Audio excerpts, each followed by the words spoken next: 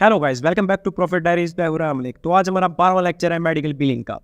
आज हमने दो चीज़ें देखनी है, एक तो देखना है एआर वर्क फ्लो और दूसरा देखना है आरसीएम। तो हम इन दोनों चीज़ों को बारी बारी देखेंगे। सबसे पहले मैं बात करता हूँ कि एआर वर्क फ्लो क्या है। एआर बेसिकली कहती है अकाउंट रिसीवेबल। ये एक सेपरेट डिपार्टमेंट भी हो सकता है, ये एक सेपरेट काम भी हो सकता है एआर का। एआर जो है ना, ऐसे समझे कि रीढ़ की हड्डी है इस बिजनेस की। इस बिजनेस में अगर एआर अच्छे से वर्क कर रहा है तो सारा काम अच्छे से चल रहा है। अगर ये रीढ़ की हड्डी खराब हो जाए, कहीं पे थोड़ा सा भी लैग कर जाए तो सारा काम ठप हो जाता है। क्योंकि भाई सारे जो लफड़े हैं, सारे जो मामले हैं, सारे जो रोले हैं, वो कौन देखता है? वो सारा एआर देखता है। अब इसमें क्या क्या चीज़ें आती हैं मैं आपको ब्रीफली बताता हूँ। एआर बेसिकली क्या देखता है? अगर आपका जो क्लेम है, आपने भेजा है अपने पेशेंट का क्लेम इंश्योरेंस कंपनी के पास और वो डिनायल की तरफ चला गया है, आप उस डिनायल की फिक्सेशन एंड अपीलिंग वो देखेगा एआर।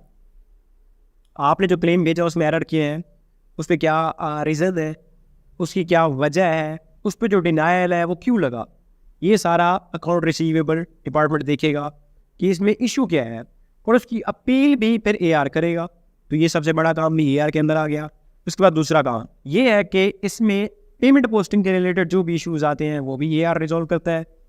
इन केस आपका जो पेशेंट का बिल है वो करेक्टली नहीं बना, आपका जो पेशेंट है वो कहता है मेरा कोपे इतना नहीं है, कोपे उसने ज़्यादा लगाया है, कम लगाया है, मेरा इतना डिडक्टिबल नहीं बनता, वो भी इसमें गलत लगा हुआ है, तो ये सारी चीज़ें ये भी एआर देखेगा कि वहाँ पे बिल्डिंग में कहाँ पे मसला आ रहा है, वो जो पेमेंट है वो इशू कहाँ पे आ रहा है, ये सारी चीज़ें भी एआर देखेगा। उसके बाद तीसरी चीज़ ये है कि अगर आपके पेशेंट का बिल बन चुका है लेकिन उसकी पोस्टिंग नहीं हुई, होता क्या है कि बिल बन जाता है, ईओबी भी सेंड कर दिया जाता है, सारा कुछ फाइनल हो जाता है, लेकिन पेमेंट पोस्टिंग नहीं होती, आपका जो पेशेंट है उसको पेमेंट रिसीव नहीं होती या फिर प्रोवाइडर को पेमेंट रिसीव नहीं होती।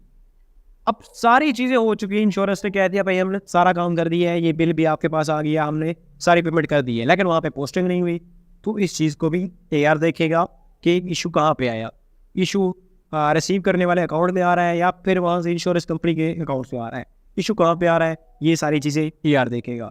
चौथी चीज़, अगर आपके पेशेंट को ऑलरेडी पेमेंट रिसीव हो चुकी है, उसको जो चेक है वो रिसीव हो चुका है, उसके बाद एक और बिल इंश्योरेंस कंपनी से रिसीव होता है आपके पास, सेम उसी पेमेंट का, सेम उसी क्लेम का, गलती से इंश्योरेंस आपको दोबारा भेज देती है, तो ये काम भी फिर एआर देखेगी कि भाई ये डबल पेमेंट हो रही है। जो पेशेंट है उसको ऑलरेडी चेक रिसीव हो चुका है, उसको ऑलरेडी पेमेंट मिल चुकी है, उसके बाद इसी क्लेम पे सेम अमाउंट दोबारा उसको मिलने जा रही है, ये बिल आपने दोबारा से इशू कर दिया है, तो इस चीज़ को भी क्या देखेगा? एआर देखेगा। तो मैंने जैसे आपको कहा कि ये रीढ़ की हड्डी है, जो भी रोने वाला काम है, जो भी काम फंस रहा है, किसी का भी फंस रहा है, किसी डिपार्टमेंट का किसी भी स्टेप पे फंस रहा है, तो वो सारा अकाउंट रिसीवेबल यानी कि एआर डिपार्टमेंट देखेगा। तो ये एक शॉर्ट सा इंट्रो था एआर का। अब इसके बाद बात करते हैं आरसीएम की। आरसीएम बेसिकली है रेवेन्यू साइकिल मैनेजमेंट। जितना भी आपका साइकिल है, जितना भी आपका प्रोसेस है, वो रेवेन्यू साइकिल मैनेजमेंट के अराउंड होता है। इसमें जितने भी स्टेप्स हैं वो सारे हमें पेमेंट पोस्टिंग यानी कि पेमेंट की तरफ लेके जाते हैं, जिसमें पेशेंट को पेमेंट मिलती है। अब मोस्ट प्रोबेबली हमने दूसरे तीसरे लेक्चर के अंदर ना स्टेप्स देखे थे जो कि रिजेम्बलेंस करती हैं आरसीएम से। आरसीएम में भी वही स्टेप्स हैं, लेकिन ये थोड़े से एलाबोरेटेड हैं, थोड़े से ज़्यादा हैं। वहाँ पे थोड़े चंद एक स्टेप्स से 8-10 स्टेप्स से, लेकिन आरसीएम के अंदर कुछ ज़्यादा स्टेप्स आ जाते हैं, क्योंकि इसमें सिर्फ रेवेन्यू की बात होगी कि रेवेन्यू कैसे मिलेगा पेशेंट को। तो आरसीएम क्या होता है, इसमें कौन कौन से स्टेप्स होते हैं, आ जाए स्क्रीन पे, हम सारे स्टेप्स को बारी बारी देखते हैं। तो गाइस हम आ चुके हैं लैपटॉप की स्क्रीन पे। तो हमारे पास यहाँ पे आरसीएम के स्टेप्स हैं, यानी कि रेवेन्यू साइकिल मैनेजमेंट के टोटल 16 स्टेप्स हैं जो आपको यहाँ पे शो हो रहे होंगे। तो लेक्चर स्टार्ट करने से पहले मैं आपको एक चीज़ बता दूं कि ये हमारा थ्योरी का लास्ट लेक्चर है। इसके बाद हमारी थ्योरी के लेक्चर्स का कोई भी मज़ीद अपडेट नहीं आएगी। इसके बाद हम सिर्फ प्रैक्टिस सेशंस करेंगे। आपकी जितनी भी थ्योरी थी, जो भी समझाने वाली चीज़ें थी, वो कंप्लीट हो चुकी है। तो बार बार आप जो लोग कह रहे थे कि सर प्लीज़ हमें प्रैक्टिस की तरफ लेके जाए, तो अब हम प्रैक्टिस करेंगे नेक्स्ट लेक्चर से। अब हमारी थ्योरी कंप्लीट हो चुकी है, ऑलमोस्ट हमने हर चीज़ जो थ्योरी के अंदर आती है वो हमने देख ली है। तो ये आपका लास्ट लेक्चर है, इसको गौर से सुन लेना है बस। इसके बाद सिर्फ हम प्रैक्टिस ही करेंगे। तो ये जो सारी थ्योरी के लेक्चर्स थे ये मैंने डिटेल में इस वजह से बार बार आपको कराए, ताकि आपके जो कंसेप्ट्स हैं वो क्लियर हो जाए। जब हम प्रैक्टिस करने लगे ना, तो आपको कोई भी इशू ना हो, आप बैठ के स्कूल से सारे जो प्रैक्टिस है वो कर सके। क्योंकि प्रैक्टिस के दौरान मैं आपको नहीं बताऊंगा कि इस टर्म का क्या मतलब है, ये स्टेप में हम डिटेल में क्या कर रहे हैं क्या नहीं करते, क्योंकि वो ऑलरेडी हम थ्योरी क्लासेस में कंप्लीट देख चुके हैं। तो जो प्रैक्टिस सेशन होगा उसमें सिर्फ हम प्रैक्टिकल्स करेंगे, सिर्फ इम्प्लीमेंट करेंगे of all the steps of all the things that we have already read. तो अब हम चलते हैं इस लेक्चर की तरफ, तो इसको कंप्लीट करते हैं। बस ये लास्ट ही हमारे पास लेक्चर है, उसके बाद सिर्फ और सिर्फ प्रैक्टिस हमारी चलेगी, तो दिल छोटा नहीं करना। तो यहाँ पे आपके पास आरसीएम में जो सबसे पहला स्टेप आता है वो है अपॉइंटमेंट स्केजुलिंग। इसके अंदर क्या होता है कि एक पेशेंट की अपॉइंटमेंट स्केजुल की जाती है। जैसे कि पाकिस्तान या इंडिया के अंदर होता है कि जब भी एक पेशेंट जाता है ना डॉक्टर के पास, उससे पहले वो अपना अपॉइंटमेंट कराता है ताकि पता चल सके कि डॉक्टर के पास कब और कितना टाइम है, तो उस हिसाब से जाया जाए। तो यहाँ पे आपका जो सॉफ्टवेयर है वहाँ पे अपॉइंटमेंट स्केजुअल होता है, उसके बाद ही पेशेंट विजिट करता है अपने डॉक्टर को, अपने फिजिशियन को। स्टेप 2 पे आता है पेशेंट रजिस्ट्रेशन। आपके पास जो मेडिकल बिलिंग का सॉफ्टवेयर होता है वहाँ पे हमने पेशेंट की रजिस्ट्रेशन करनी होती है, उसका नेम हो गया, एज हो गया, हर चीज़। इसको हम डेमोग्राफी ऑफ पेशेंट भी कह सकते हैं, जो कि ऑलरेडी हम डिटेल में पढ़ चुके हैं कि डेमोग्राफी ऑफ पेशेंट क्या होती है। तो यहाँ पे पेशेंट रजिस्ट्रेशन वही चीज़ आ जाती है। आप अपने मेडिकल का जो सॉफ्टवेयर होता है उस पर सारा काम करते हैं। मोस्टली हम मेडिकल सॉफ्टवेयर जो यूज़ करते हैं वो कैरियो करते हैं। तो नंबर तीसरे पे जो हमारे पास स्टेप आता है वो है eligibility and benefits verification. Eligibility क्या है कि एलिजिबिलिटी चेक करना कि एक बंदा एलिजिबल है, किसी इंश्योरेंस कंपनी के साथ लिंक है या नहीं है। और बेनिफिट्स क्या होते हैं, वो सारी चीज़ें, वो सारे बेनिफिट्स, वो सारे फ़ायदे जो एक इंश्योरेंस कंपनी अपने पेशेंट को प्रोवाइड करती है, हम उन सबको बेनिफिट्स कहते हैं। हमने एलिजिबिलिटी और बेनिफिट्स दोनों को वेरीफाई कर लेना है कि आया कि पेशेंट एलिजिबल है नहीं है और उसे कौन से बेनिफिट्स इंश्योरेंस कंपनी दे रही है। तो चौथे स्टेप पे हम क्या करते हैं, यूटिलाइजेशन रिव्यू। इसके अंदर क्या होता है कि पेशेंट रजिस्ट्रेशन और एलिजिबिलिटी एंड बेनिफिट वेरिफिकेशन के स्टेप्स को दोबारा चेक किया जाता है, दोबारा रिव्यू किया जाता है कि उनके अंदर कोई गलती तो नहीं है। क्योंकि डेमोग्राफी के अंदर मैंने आपको पहले भी बताया था कि थोड़ी सी गलती की गुंजाइश नहीं होती, आपके सारे काम पे पानी फिर सकता है अगर आप छोटी सी भी गलती कर देते हैं, छोटा सा एरर भी कर देते हैं। तो इस वजह से इसको दोबारा से रिव्यू किया जाता है हमारे चौथे स्टेप के अंदर। तो स्टेप नंबर 5 पे हम क्या करते हैं, रेफरल एंड ऑथराइजेशन। तो मैं आपको डिटेल में बताता हूँ कि रेफरल एंड ऑथराइजेशन क्या होता है। रेफरल बेसिकली ये है कि जब आप अपने किसी डॉक्टर के पास जाते हैं और वो कहता है कि इस चीज़ का इलाज मैं नहीं कर सकता, आप क्या करो, आप किसी स्पेशलिस्ट के पास जाओ। फॉर एग्जांपल आपको दिल का मसला है तो आप कार्डियोलॉजिस्ट के पास जाओगे, आप किसी ऐसे वैसे नॉर्मल डॉक्टर के पास नहीं जाओगे। तो सबसे पहले आप जाओगे प्राइमरी हेल्थ केयर फिजिशियन के पास, ठीक है। वो आपको करेगा रेफर और एक रेफरल कोड देगा, तभी आप किसी स्पेशलिस्ट के पास जाके ट्रीटमेंट करवा सकते हो। अगर आपने किसी से रेफरल नहीं करवाया, किसी प्राइमरी फिजिशियन केयर डॉक्टर ने आपको रेफर नहीं किया, तो उसकी इंश्योरेंस कंपनी आपको पेमेंट नहीं देगी। तो रेफरल होना लाजमी है। उसके बाद बात आती है ऑथराइजेशन की। ऑथराइजेशन में बेसिकली क्या होता है कि कुछ ऐसे ट्रीटमेंट्स होते हैं जो कि पेशेंट की इंश्योरेंस कंपनी उसकी पेमेंट नहीं करती। फॉर एग्जांपल अगर मैं बात करूं कि एक अजीब सी चीज़ है कि हेयर ट्रांसप्लांट। अगर तो आपका पेशेंट हेयर ट्रांसप्लांट की तरफ जा रहा है और इंश्योरेंस कंपनी कहती है कि ऐसी चीज़ों की हम पेमेंट नहीं करेंगे, तो पेशेंट को पहले बात करनी चाहिए अपनी इंश्योरेंस कंपनी के साथ, रिक्वेस्ट करें या जैसे भी कि पॉलिसी के अंदर ये चीज़ भी डालें कि अगर मैं ये चीज़ करवा रहा हूँ तो इसकी पेमेंट आप देंगे। अगर उसकी रिक्वेस्ट अप्रूव हो जाती है और उसको इंश्योरेंस कंपनी परमिशन दे देती है कि ठीक है आप ये ट्रीटमेंट कराएं, इसकी हम आपको पेमेंट दे देंगे, तो वहाँ से वो एक ऑथराइजेशन लेटर या फिर ऑथराइजेशन कोड लेता है जिसको हम कहते हैं ऑथराइजेशन। तो अगर वो ऐसा कोई ट्रीटमेंट करा रहा है तो लाजमी है उसके पास ऑथराइजेशन होनी चाहिए। तो ये दोनों चीज़ें यहाँ पे हम चेक करते हैं कि उसके पास रेफरल है नहीं है, उसके पास ऑथराइजेशन है या नहीं है। तो हमारे पास जो छठा स्टेप आता है वो है डिस्क्राइबिंग चेंजेस।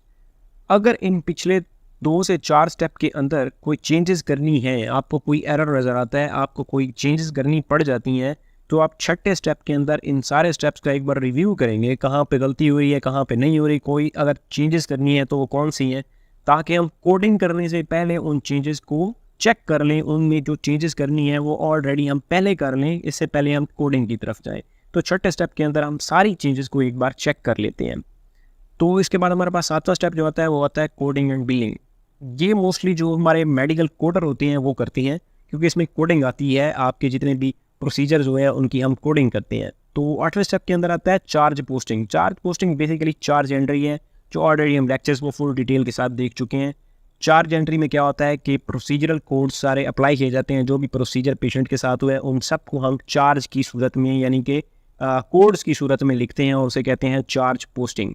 जैसे ही हमारी चार्ज पोस्टिंग कंप्लीट होती है तो वो हमें ले जाती है क्लेम जनरेशन, यानी कि हमारा जो क्लेम है वो जनरेट हो चुका है। तो 9वें स्टेप के अंदर हम उस क्लेम को सबमिट कर देते हैं और इस स्टेप को हम कहते हैं सबमिटिंग क्लेम्स। जैसे ही हम अपना क्लेम सबमिट करते हैं तो वो डायरेक्ट हमारा क्लेम इंश्योरेंस कंपनी के पास नहीं जाता, वो फिर जाता है एक तीसरी पार्टी के पास जिसे हम कहते हैं clearing house. Clearing house billing company और इंश्योरेंस कंपनी के बीच एक तीसरी पार्टी होती है जो कि चेक करती है कि एलिजिबिलिटी क्राइटेरिया, कि जिस पर्सन का, जिस पेशेंट का क्लेम हमारे पास आया है उसको अप्रूव करना है या डिनाई करना है। तो यहाँ पर दो सूरतें आती है, क्लियरिंग हाउस या तो अप्रूव करेगा या फिर डिनाई करेगा।